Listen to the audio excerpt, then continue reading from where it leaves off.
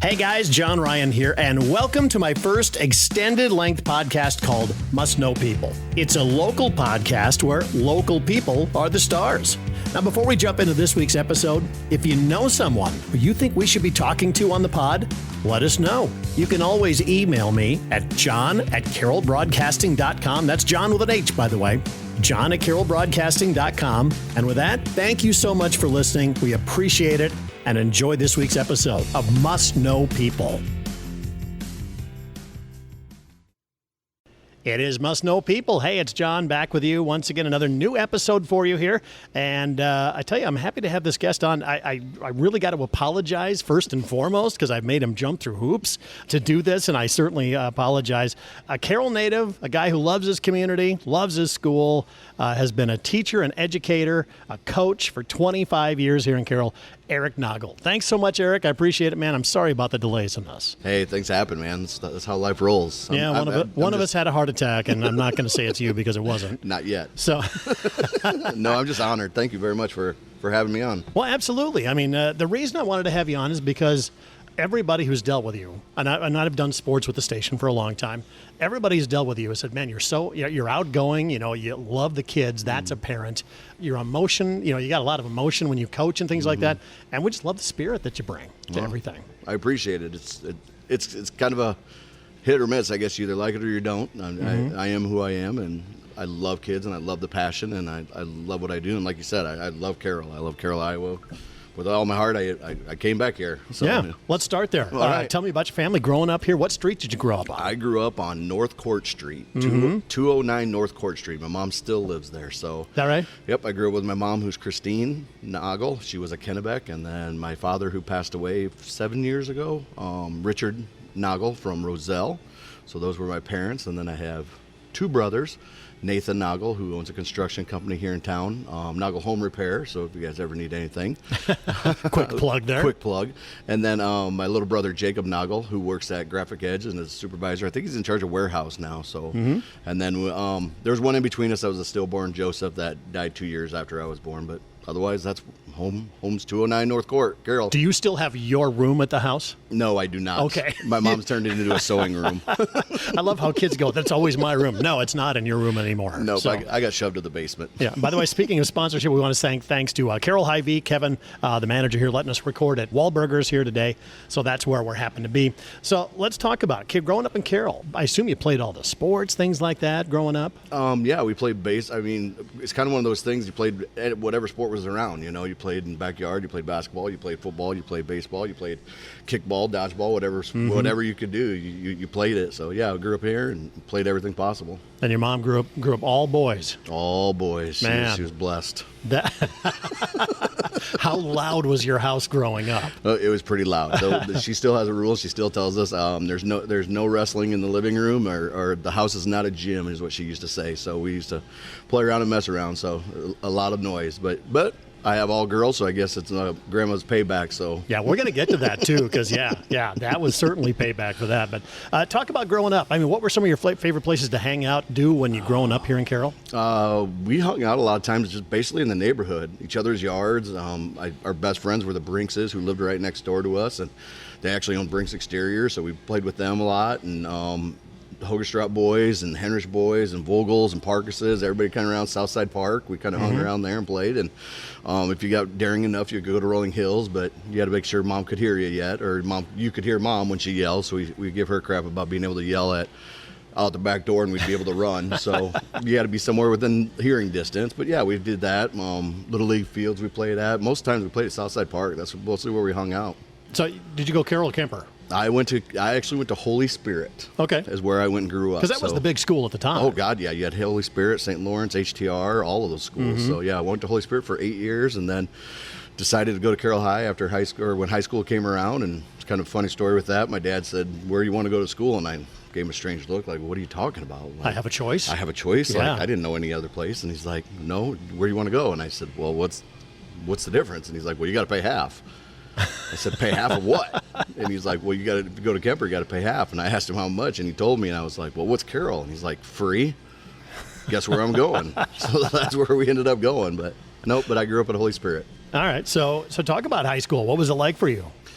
It was I was the new kid. It was kind of crazy, growing up here Yeah, you your came entire in life. probably ninth grade. Yeah, ninth grade. So, we played Little League baseball, so you had all those guys that you played with together in the neighborhoods and things like that, but you didn't run with the same kids. You kind of hung out with the neighborhood, and we were all Kemper kids.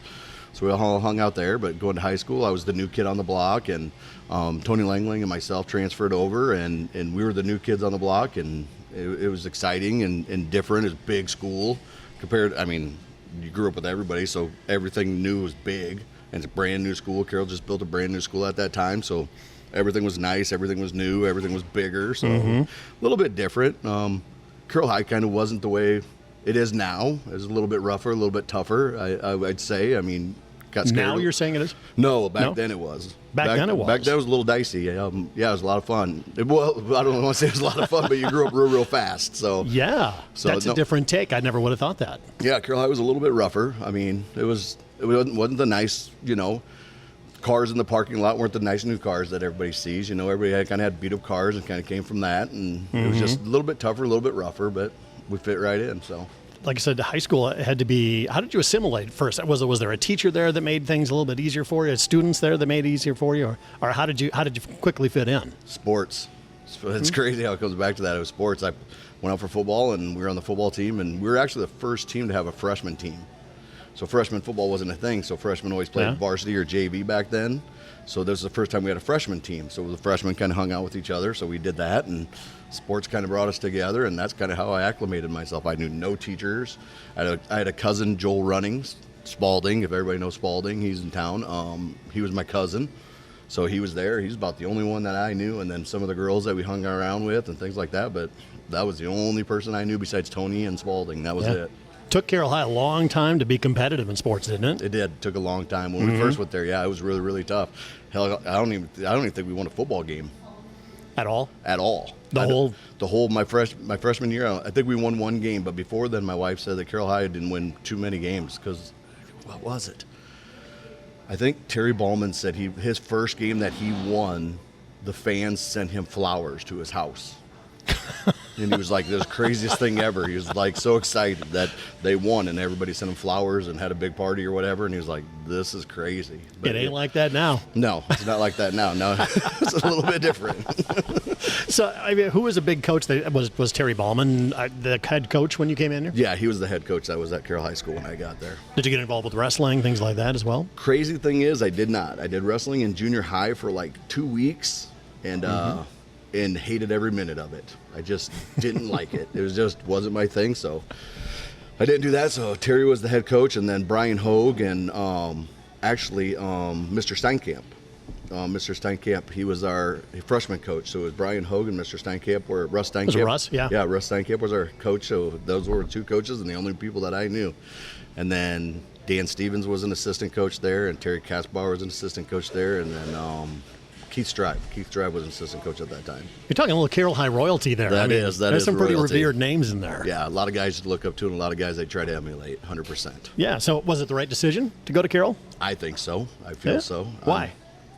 I don't know. It just fit me. It was just the group of guys that were there were a lot like me. We were just rough and tough and just wanted to get after it. It's our style. It was just, I don't know, it just fit. It was the best decision ever. I don't look back at it and feel bad about any of it. Yeah. Your brothers follow in your footsteps? My brothers did. My brother Nate transferred, and I think he transferred right away. I can't remember if he transferred. I think he transferred right away, and then my brother Jake, I think, might have been a year after or transferred about the same time. I think they transferred. I think it was all one big move at that time.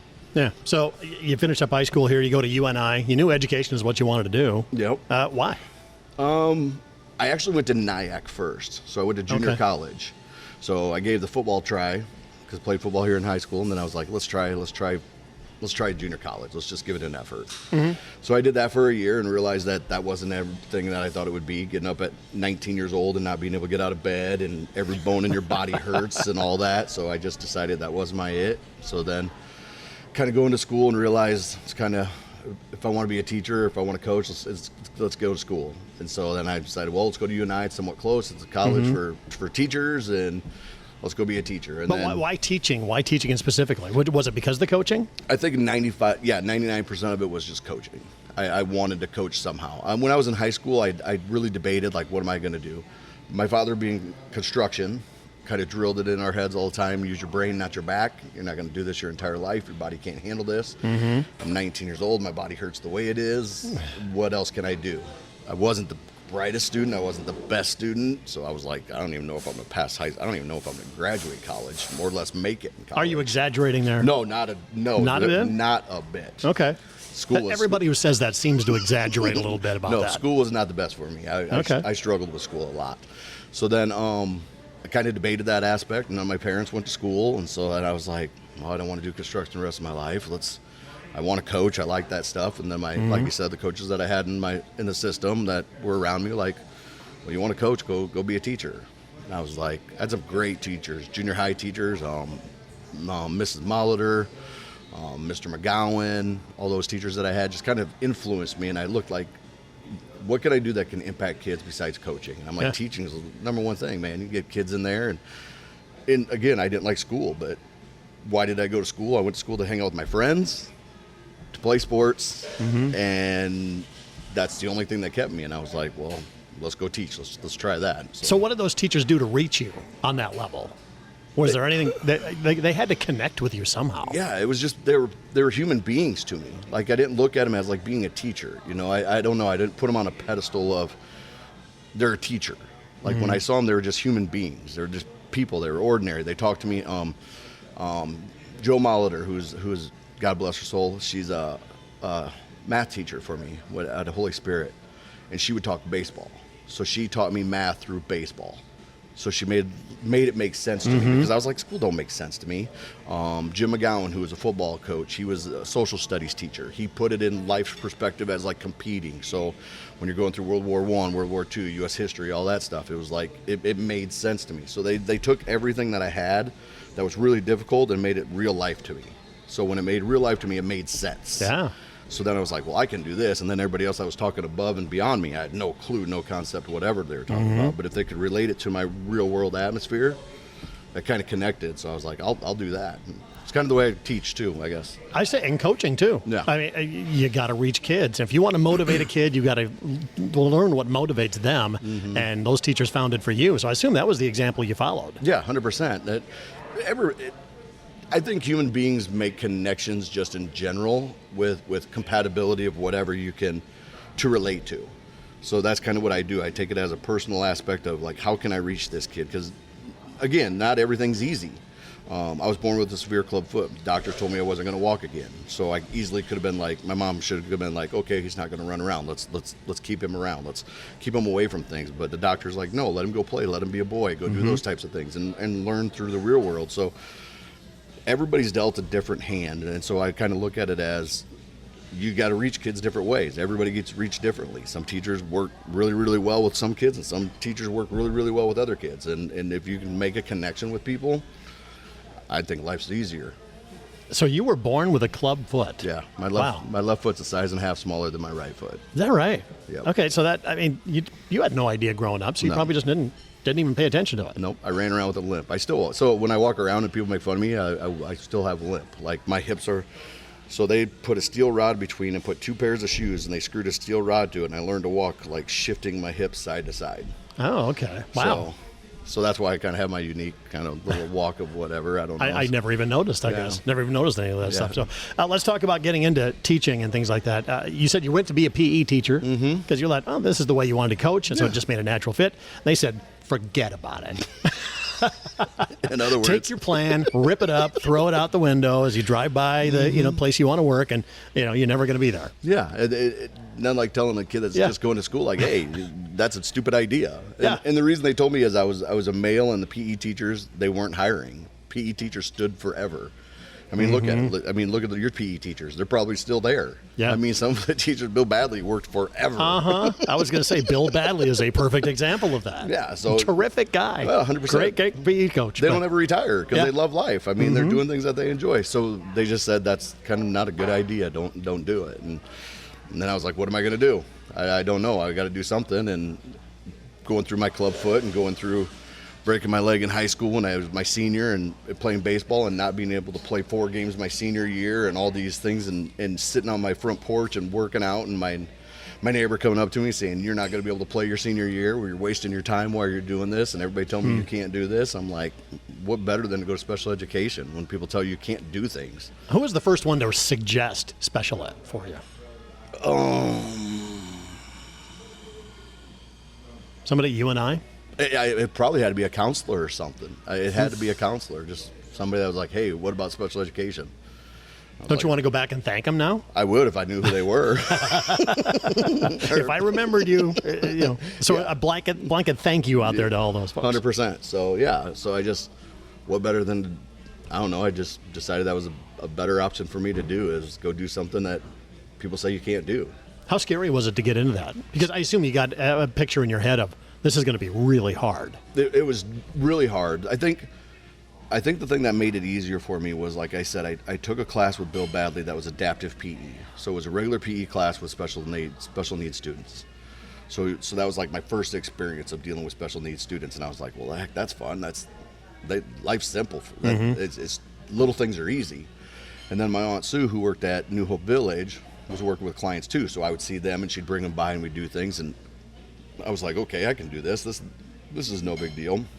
Until you get into it, and then you're like, oh boy, this is really scary. Like, this is really, really hard. And you look at things like, I'm teaching grown adults how to tie their shoes, or you're taking them to the bathroom, or you're feeding them, or you're changing them, and you're doing things like that. It was really, really scary to be in that. And then to realize maybe you won't make a difference, or you can't change, and you don't see the progression that everybody makes. They're not as big, and then those types of things. It was pretty scary. Plus, you're in charge of somebody's growth. When you look at teachers, you're in charge of education, but you got a general 30 kids in a classroom. In special education, you have like 5 kids. So you're truly responsible for the growth of each and every individual of those kids to go out in the real world and function. And they're all at different levels. The thing is, when you're a teacher, it's like you're teaching 10th grade math or some of that. Everybody's kind of on that level. Yep. Everybody's maybe a little bit different, but with special ed, it could be vastly different in between every student. Huge. You have 5 kids. They're all at different levels. There's nothing the same. And no day is the same. Everything's different. I think that's kind of why I like it, is there's no routine to it. Nothing's the same. Everything's different. Do you get that reward kind of every day? I love it. Yeah. I love it. And that's what people say about you, is that you really just love working with the kids, and you really just show it. Yeah, the small little things that they do are huge. Like those moments of huge. Like I remember having a student that, like I said, it sounds simple to tie a shoe. It was like the greatest achievement in the world, and they got so happy and so excited, jumping up and down, and everybody looks like, well, it's tying your shoe, you're supposed to. You don't understand. This kid's been trying to tie the shoes for 18 years. This is a huge moment. Yeah. Or they get something, or they get something right. It's just a huge thing. Or even when they're having a bad day, to get them out of that bad day into a good day. I don't know. Every day is new, and every day is exciting. Do you try to encourage people to go into that field? Or is it a personal decision? I think it's a personal decision. I think that's it bothers me when everybody's like, bless your heart for going into special education. Like, I can't do that. You hear how many people say they can't go into education, or they can't be a teacher. Yeah, you can. You have kids. You raise kids, right? If you're a parent, you raise kids. Not everybody can do that. There's nothing different. Not everybody does it well. Not everybody does it well. Some people do it way better than others, and everybody's on a different level there as well. 100%. And I don't know, I have a hard time even just with education in general. I think as teachers, I don't think we do a good enough job to get our kids to go into education. I think we kind of pull them away from it. I say, were you throwing up hurdles and barriers to doing that? I don't think you throw up hurdles. I think you just like, are you sure you want to do this? Like when a kid's like, hey, I want to be a teacher. And you really look at them like, you sure you want to do this? Because education's hard. Education's not what it used to be. Yeah. It's not those days of, I don't want to say that they were glamorous back in the day, but it's not the same. Everybody's looking at you. Everybody's questioning. Yeah, it was a profession on a different level. 100%. Because both my parents were educators. My dad was a coach for a long time. My mom taught forever and a day, and it was a different thing back in the day. So what's so much harder about it now than it was back then, do you think? Because you've been around 25 years. It's certainly changed for you. Oh, 100%. And what is the hardest thing about being a teacher? The hardest thing about being a teacher is teaching. Just let me teach. I feel like sometimes as teachers we get our plates full of everything, I look at it like Thanksgiving dinner. So your Thanksgiving dinner, you have a compartment for this and a compartment for this and a compartment for that, right? But at Thanksgiving, you load that thing up, right? You fill it full of as much food as possible. Well, then you look at it and go, well, I can't eat all this. What am I going to do? But you have no choice. You have to. If you're raised up like I did, whatever's on your plate, you're going to eat. Yep. So as teachers, we just keep getting more and more and more piled up. And then you got meetings, and then you got to deal with parent situations, or you have to deal with administration, or you have to deal with this. Just let me teach. That's all I want to do is just teach. And the paperwork and the documentation of everything. And being in special education, you have to document everything. So every little thing does. So you get lost in all the paperwork and all the documentation instead of just the art of teaching and growing and watching the kids be successful and enjoying those small little moments. You miss out on that. So I think that's what gets missed in the whole atmosphere of teaching. I would have thought like technology would be something, but you're in the area of special ed. So yeah. I mean, how much does technology play into what you're doing? I suppose you have to deal with it. Yes. Well, but it does, because like you take, for instance, for somebody that's nonverbal, you have to take switches. How are they going to be able to communicate? And then you have eye gazing. We had a student who was amazing, but had so much on his mind, but he could never get it out. So then you're like, how am I going to get him to communicate? So they come up with the eye gazing, and they come up with all those types of things. Well, that's awesome when it's working, but what happens when it goes down? And then you got to be able to fix it, and you got to be able to figure it out, and then you got to be able, well, I can't just call a tech guy to come do this. This kid needs this to communicate his needs. So you got to learn that on the fly. So you kind of go through moments of that. So there's a lot more technology than what you think in special education, but sometimes there's not as much technology, which is nice too. Yeah, honestly, it is. Like even at the radio station, we got this new thing, and I was like, oh man, do I really want to learn this? Can now? I just plug it in? Can't I just go do it the same way I've known how? But is it harder to get motivated to teach for that year? Or you look like you look forward to it, getting back to school? I used to. How do I want to say this without? I used to have moments where it was really, really tough. And then as you get going, I think when you take that time from May to June, July, about the end of July and August, you kind of start getting that, hey, start getting that mindset. It's time to get ready back for it. I think when I was younger, it was really, really hard, but not coaching in the summer has helped a little bit because you kind of give yourself a break.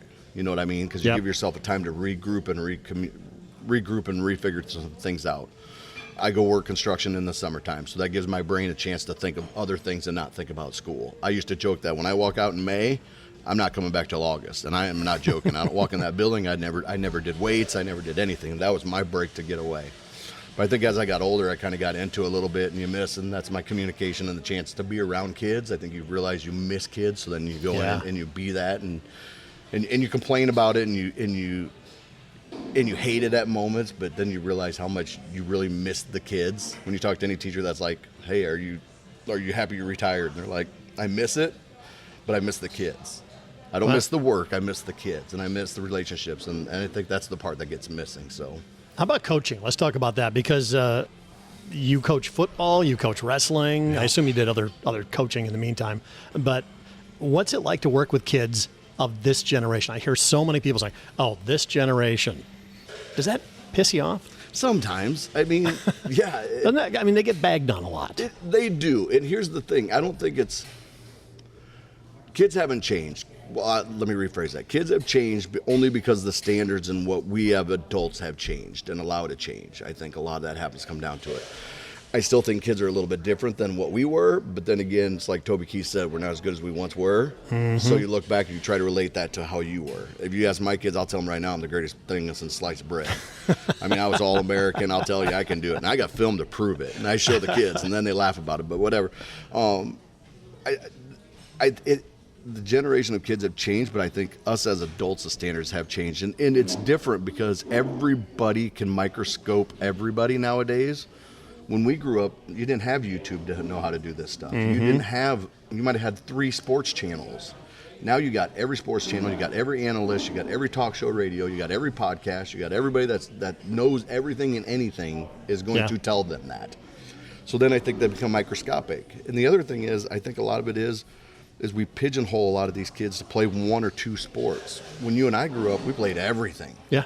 You did whatever everything. sport whatever season it was. That was what you did. played. Yeah, I'm not a basketball player, but I thought I was Michael Jordan every time I walked out on that court, and I could still stick my tongue out and think I can dunk, but I can't touch anything, you know. So I don't know. I think we're harder on the kids, and I think our expectations are harder on the kids. And like I said, I think we needle kids more than what we need to, and let kids be kids. Honestly, our days are done. If you had given us cell phones and that kind of communication, that kind of access to the world at that age, we'd have turned out the same way too. Oh, heck yeah, 100%, 100%. I joke about this because my mom knew nothing about football. My dad knew nothing about football. My parents knew nothing about sports. Really? So the only thing that happened when I came home is that they said, "Did you have fun? Did you enjoy it?" And if I came home complaining or bitching or moaning or something about the coach or something like this, my dad would say, "Are you wrong?" And then you have to look at yourself. Like, Yeah. I'd complain about this. Coach made me do this, da-da-da. And he goes, "Okay, your boss is going to make you do this and do that. So shut up and do it." You know, so there wasn't that taking a side. And my parents always took everybody else's side. I never had that. So there's no way we could have functioned with that. Yeah, I just wanted to talk about that for a minute, 'cause I think that this generation does get a bad rap. They do. They're just different. Yeah. You know, they've been growing up with technology we never dreamed about having. So they're just different. They see the world in a different way. Doesn't make them wrong, but doesn't make them right either. No, no. I'll tell you this right now. Kids are bigger and faster than what we ever were. And they're stronger. I always ask that question to somebody on like Rewind. I said, okay, take a team from like the 70s basketball team, football team, and then put them up against somebody now. And some people say, oh yeah, the 70s team will stand up, and then others will say, absolutely not. These kids are faster, stronger, and better than we ever were. That's what I joke about. I tell them, if you put us in a phone booth, we will kill you. But you put us in a 100-yard field, you're going to whoop us because we can't catch you. Exactly. So what is it about coaching that you love? I mean, what grade do you love coaching? Is it the high school kids? I love coaching high school kids. I absolutely love it. I love when kids get to succeed in something that they never thought they'd reach. That moment that they made it. You know, and I love, it sounds crazy, but I love being there when they fail. Because I think when you fail, you get to see what type of person that person's going to be, or how they're going to react to conflict or something that didn't go their way. Yeah. It's easy to be that guy when everybody's winning. We talk about that. When you're winning, you never change anything as a coach, right? Everything's great, da-da-da-da. But as soon as you lose that one thing, now you're changing your offense, your defense, and we're changing people, and we're doing all this. Well, you played 9 games and never had a problem with it, but all of a sudden we lose this one game, and now we're changing everything. So I love being that aspect of when things go wrong, watching how they react and how they solve that problem and how they change themselves to make themselves better. That I get a kick out of. What kind of coach are you? Are you a yeller? Are you a communicator more? My dad, okay, he was not a yeller at all. He said, I never yelled at a kid. I didn't feel like that motivated the kids that I taught and coached and things like that. But everybody's got their own style, how they communicate with kids, and the kids have to understand that. I bet if you ask the kids, I'm a screamer. I mean, I just say, you got the voice for it, man. Sometimes they ask if I'm yelling or if I'm talking, but I think it's the same tone. I don't know. I'm an in-your-face type of guy. If my expectations are there and I expect you to do that, but then again, you have to know that child or that athlete or that student.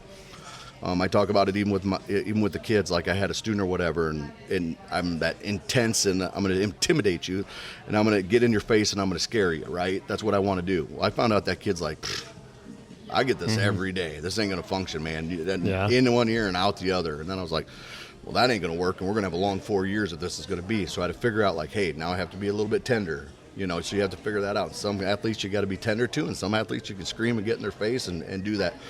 I think I'm more of a scream in your face, and then after the fact realize I screwed up, and then come back and be like, oh, I screwed up. I got to figure this out and how to come back to it. But I try to find, everybody's different. I think everybody reacts differently, but I'm probably more in your face screaming. If you see me on the sidelines, I'm in your face screaming. And when you're wrestling, I'm kind of not in your face, but I'm screaming at you because everything's loud, and I want to be, I'm wrestling with you, and I want to be there with you. But so I guess I'm more of an intense person, I guess, in that situation. What about game time comes around? I mean, I've always known you you've been up in the coach's box. A lot of yelling goes on in the coach box. There's a lot. There's a lot of pounding and things like that are going on next door. What's it like to be with you in the press box? Nobody wants to be with me in the press box. It's loud.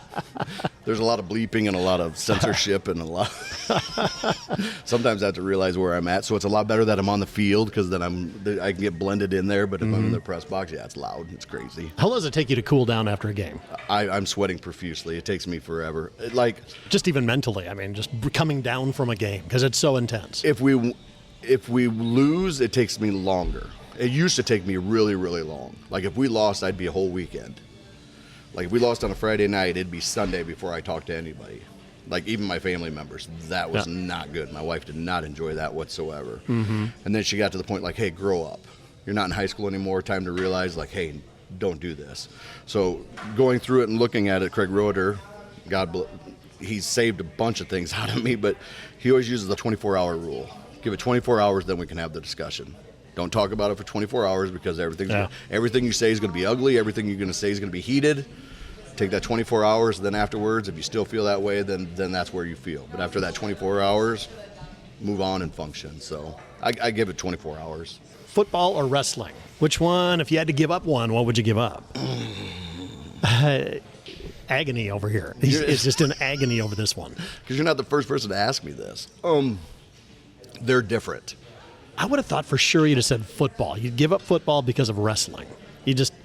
You seem like you just love wrestling. There was times I'd be setting up for a basketball broadcast, and this is back when Carroll High had the wrestling practice. Yep, at the mezzanine level.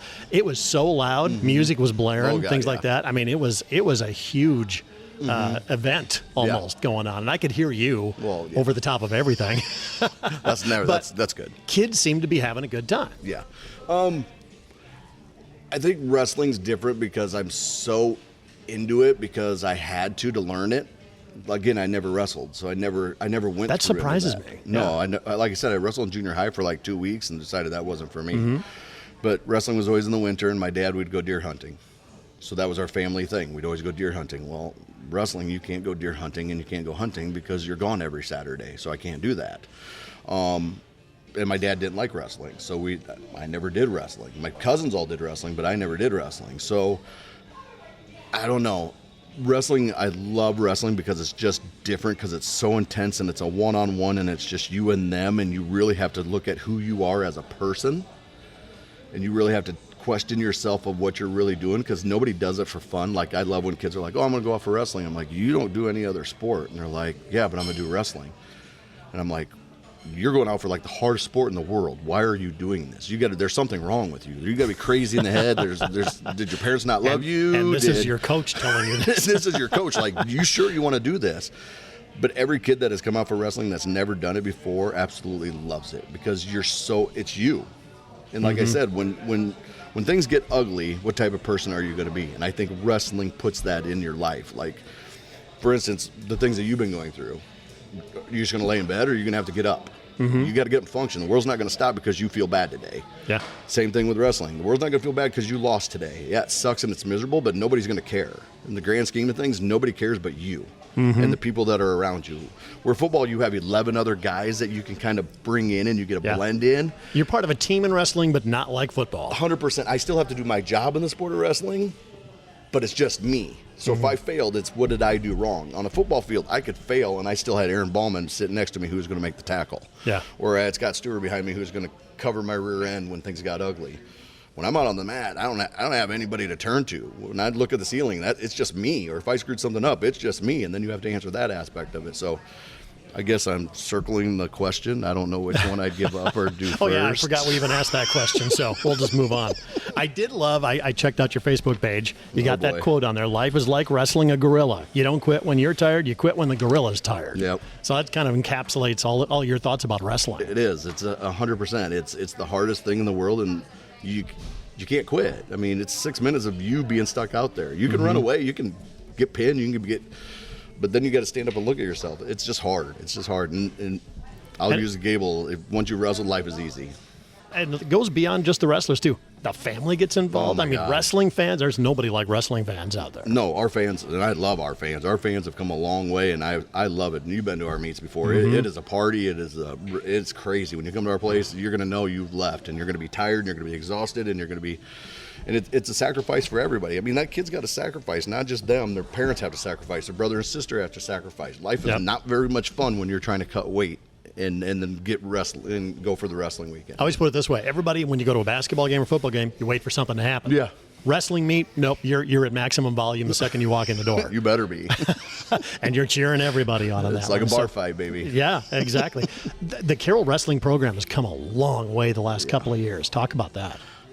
100% it's come a long way, and a lot of it was set up originally, like I said, from Brian Hogue. And the crazy thing about that is I wasn't going to be the head wrestling coach. We actually had another head wrestling coach hired, and it didn't work out. And then Rob Cordes called me up on my birthday and said, we want you to be the head wrestling coach. And my comment was, you don't have another wrestling coach. And they're like, no, we want you. And I'm like, I will. My wife, she will tell you this, Claire said, you will be divorced if you're the head coach. I'm like, that's pretty heady stuff coming from your wife. no right kidding. there. Yeah. So I looked at it and I'm like, well, do I coach wrestling? Well, she's going to divorce me. I can't do this. But Brian Hogue was her favorite teacher and coach. There you go. There's a connection. So I looked right at her. I said, if I don't do this, Brian Hogue's got to do it another year. Do you want him to go through this? He's been through enough. Come on. It's time for him to be done. Mm-hmm. So she's like, fine. 1 year. And Rob Cordes For Brian. Yeah, for Brian. And so Cordes is like, I'll give you 1 year. And after that, you can be done. And I'm like, all right, fine. I'll sign that contract. No big deal. And then after I looked at it, I'm like, do I really want to do 1 year to the kids? That's not fair. Like, give me 3 years and see if I can make a difference. So I told him, I said, give me 3 years. If I'm not doing my job, you can get rid of me, do whatever you want. I don't care. I won't fight, won't do anything. Well, we went through some up and down times during that, but then all of a sudden it kind of turned around. And a lot of it has to do with Brian Hogue and then my assistant coaches, the staff that we have right now. 100% the success we have is due to them. And I look at it, and you've heard it from a million coaches before, surround yourself with people that are better than you, and you look really, really smart. Mm-hmm. So I surround myself with people that know the sport and are better at some things that I'm not, and we just kind of take those aspects. Keith Weber, my assistant coach, Marty Vanderheiden, my assistant coach, Dan Drake, my assistant coach, Taylor Berger, my assistant coach. That staff that we have right now, we've been working together for like 6 years now, and they make me look good. Yeah. They make me look really good. And the addition of the wrestling practice facility, Yes. immeasurable. Yeah. Because before you were like up on the mezzanine, it's like, oh, when we have time, basketball games start now, you better get out of See, here. you knew that. You knew that as a broadcaster. Yeah. Yeah, so I'd have to wait, and then I'd have to push the mat. Then we'd have to push the bleachers in, then push the mats back, and the bleachers would come out, and you'd be setting up for the games. That's telling those kids that sport is not 100%. as important. So, yeah, it's really cool that you guys got all that. Yeah, thanks to Keith Stribe and Randy Beeson and Rob Cordes and everybody else that got that on. Mm-hmm. Yeah, we are spoiled to have that facility and to have that wrestling room. All right, we're talking about your family here. Claire, your wife. Yep. How long you guys been married? It was 24 years in July 8th. So 24 years we've been married. Give me the history. Where'd you meet? When'd you get married? Where any of that stuff? Brian Hogue's room. High school. Yeah, high school. We were in geometry or algebra class? I think it was algebra. I was not a very good math student. Again, she's way smarter than me, and she was sitting in class, and I saw this cute little blonde with braces, and I'm like, man, she's cute. And she was smart, so I was like, hey, I'd like to hang out with her or do whatever. Well, we decided to, I think we went to, I think I asked her to do a high school dance or something. Yeah, it was a dance or whatever. And I actually was at the dance, but I was dancing with some other girl at the time, and she came in and was not very happy with that, but it was an ex-girlfriend. So I was like, we have to smooth this out. So we were talking or whatever, and then she went to the dance with me, and we danced, and then she had a volleyball game the next day, and 30-some years later, we're still together, and God bless her soul. She is my why, and she's my reason, and she's the reason that I enjoy coaching and am able to do all this, because being a coach's wife is not easy, and she's got to make sacrifices to take care of the kids and do all those things. And especially when the early years, when you say you didn't talk for the first, after a loss for a weekend, you took everything so personally. Oh, I did. High school, I didn't talk to her. Our first, I can't believe she's with me. I'll tell this. We lost a football game, and I picked her up from her dad's house, and I drove to my house. I dropped her off in the living room. I went in and I took a bath and ate a bowl of chili in the bathtub, and she sat there at my parents' table for an hour. I didn't even introduce her to my parents. The first time at your house? First time. Wow. Yeah. Okay. So God bless her for staying with me, but we lost, and I was not happy, and I just took it out, and my parents were like, oh my God, this ain't gonna be good. She ain't gonna be around for a while, and 30-some later, she's still around, so thank you, Claire. Yeah, and you had 2 girls, too. You grew up in a house of all boys. Naturally, you had to have girls. Had to. I'm a girl dad, man. Isn't it great? I love loved it. it. I was a girl dad, too. I know everybody asks you when you want to have a boy. No, I don't want them to be me. I don't want them to live in that shoe. I love those girls, man. Yeah. They're my soul. I love them. You had to, at times, though, feel a little outnumbered. Oh, every time. Yeah. But guess what? You got to do things by yourself. If I want to go hunting, they didn't want to go. If they want to go shopping, I don't have to go. But you're like me. You went to a lot of dance recitals and doing all the girl stuff, and I thought it was great. I loved it. I would do all the set stuff and do all that stuff. I love being around it. I love being around dance. It's 100%. Like, it is crazy. Like, recital week, I love going to recital week. I absolutely love it. And everybody's like, you hate that. Why do you da-da-da? I'm like, no, I absolutely love it. Again, I get to see high school kids that are in the school that I never thought would dance or do anything like that are showing a skill and going out in front of everybody and dancing. And then you get to see me at school and go, oh my God, you did an amazing job. And they're like, you were there? Well, yeah, I was there. But they're doing something they enjoy and nobody would even expect it. There's girls out there that you would never expect. They're not on the dance team. They're not on the cheer team, but they go dance for Fusion, and it's amazing. I absolutely love it. And they are athletes. I mean, let me tell you, the way they work at their craft and their flexibility and all that other stuff. We have something else in common. Your daughter won state dance. My daughter won state dance. So I don't know if they're the only 2 from Carroll High. Both my daughters won state champions. Both your daughters, okay. Yep. So you got me 2-1 there. 2-1, yeah. Maya won her senior year, and then Riley won her senior year as well. So we got 2 state champions. My daughter won in her junior year back in 2015. I remember that. My daughter was part of that team. Yeah, my daughter used to. I think babysat your kids. I think so. I used to drive around a little once in a while, dance stuff. So yeah, we got that. We got that in common. So, but yeah, that's interesting to see that. But you're also going to be an empty nester, right? We are. Are you yet? No, Riley's still around yet. She's leaves a couple weeks. As we record this on August the 2nd. Yeah, so she's leaves a couple weeks. Yeah. How hard is that going to be on you guys? I don't know. What's it like? Shockingly, you adjust pretty quickly. Yeah, I think you have no choice but to talk to each other. Yeah, exactly. They're not going to show up from college, No, every day, and then hang out. But having Maya back is a good thing. She's now teaching at Fusion Dance, so she brought it back, and she's going to be here. So I think we still got some things to come and talk about a little bit. I'm sure I'll be going to recitals and all those fun things yet. So. Oh yeah, absolutely. So I just thought that was interesting. Growing up with all girls and things like that. But yeah, you're big on social media. Am I? Yeah, you are. You post quite a bit. I try not to. Don't you? Yeah, I mean, you got over 1,700 friends on Facebook. Do you know that? I guess they're associates. And everybody say that you got so many friends, and really you only have like 5 or so. That I don't know about. You got way more than I do. I only have a couple hundred, man. You got 1,700, so props to you. When you coach 30 kids every year. Yeah, think about that. 25 years, you get those kids, and then they become adults, and then everybody wants to hang out with you, I guess. I also scoured your photos. You're a heck of a landscaper. Yeah. You did the whole thing in the backyard with a truck and everything. Yep. Did you literally like cut a truck in half or something? I found a cab of a truck, and then, it was cut in half, and I put a waterfall coming out of the front end of it and did a nice little koi pond we have in our backyard. Yeah, I enjoy doing that. Yeah. I do that in the summertime. It's kind of my little off business of inspirations. Just kind of put some waterfalls in and things like that.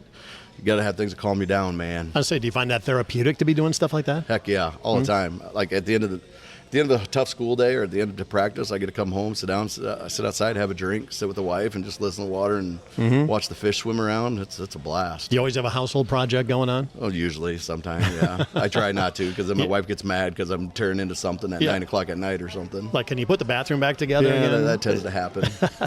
So, how would you spend a day off? Like the summertime, if you had just a day off to do whatever you wanted to do, what are you going to do? Really, probably sit out back in my backyard with my family, sit with the girls and hang out with my family and kids and do that. Yeah, that's probably what I would do. Listen to music, hang out, just relax. Yeah, quiet, kind of peace and quiet, things like that. Who was your heroes growing up? Probably my parents. My dad, my mom, they worked really, really hard. I mean, you had like your athletes. I mean, you look back like Herschel Walker, Tony Dorsett, those guys. I mean, I always loved football players. I was a big Dallas Cowboys fan, still am. Sorry about that. I know everybody says that. But probably my parents. I mean, there's my heroes, my uncles, my grandparents, people before me. I guess they're my biggest heroes. Yeah. Okay. Let's talk about just some quick rapid fire questions here going on. So, what's your least favorite household chore? Laundry. Absolutely hate laundry. Despise it. Like, I could get mad. You'd rather dust than do laundry? I will dust. I will do dishes. I hate laundry. See, dusting to me is like the worst thing ever in the world. Who would portray you in a movie about your life? Who do you think? I bet you never expected that question. Chris Farley. I don't know. I don't know. My wife would probably say Vin Diesel. She's got a thing for bald guys, I guess. I would hope. I wish I looked like him. What's something you always wanted to learn? Play guitar. Yeah. I quit when I was younger. I learned with like 5th grade, then I quit. How far did you get into it? Like 2 years. My mom bought me a guitar, and then that was it. See, that to me would be playing an instrument. Yeah, would also be 100% hands down.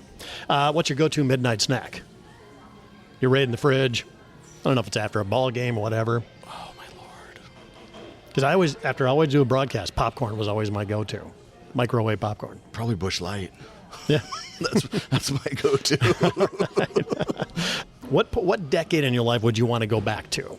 If you said, okay, you got to go back to your 20s, your 30s, your 40s, whatever it happens to be, what decade would you want to go back to? We had this discussion with our kids.